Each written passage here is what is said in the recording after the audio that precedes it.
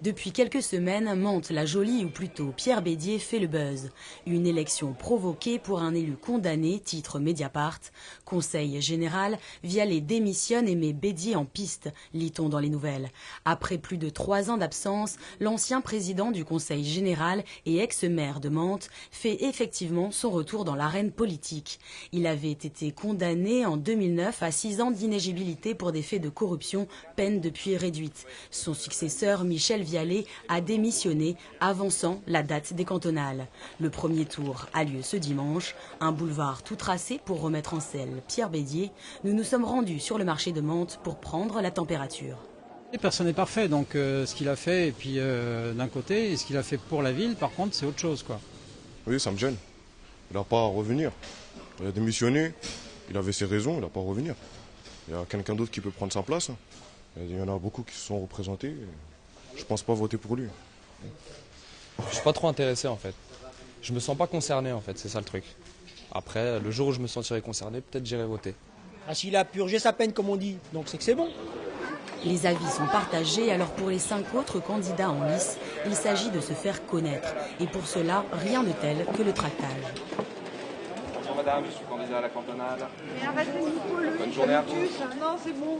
On a 10 sur le chemin, on n'en peut plus. Pas toujours facile, mais le candidat frontiste Cyril Naute croit en ses chances. Je pense que je serai au second tour. Alors contre quel candidat, je ne sais pas, c'est pas moi d'en décider. Il est vrai que M. Bédier, d'ailleurs dans mon tract je l'appelle le Cahuzac de Mantes-la-Jolie, donc voilà, peut-être que ça va jouer contre lui.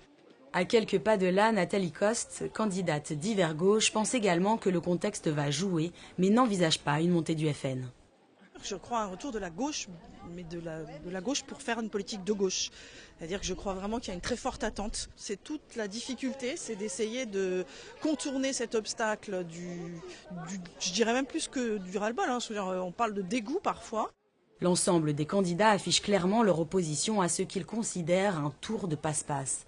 La droite s'est d'ailleurs divisée. Christophe Scotti, candidat sans étiquette, tente d'être une alternative. L'élection se résumerait-elle à pour ou contre Bédier? Pas que, répondent les candidats, à l'image du communiste indépendant Marc Jamet. On ne se présente pas en disant « je suis plus beau, votez pour moi ou votez contre Bédier », ça ne sert à rien ça. Ce qu'il faut c'est effectivement défendre les Mantais pour de bon et puis les respecter. Ce qui veut dire aussi qu'on avance nos propositions, les Mantais seront d'accord, ils ne seront pas d'accord, c'est pour ça qu'on leur propose d'en discuter. Mais le respect des Mantais, ça veut dire être honnête avec eux, dire ce qu'on veut faire. Le marché n'est pas le seul moyen d'aller à la rencontre des habitants.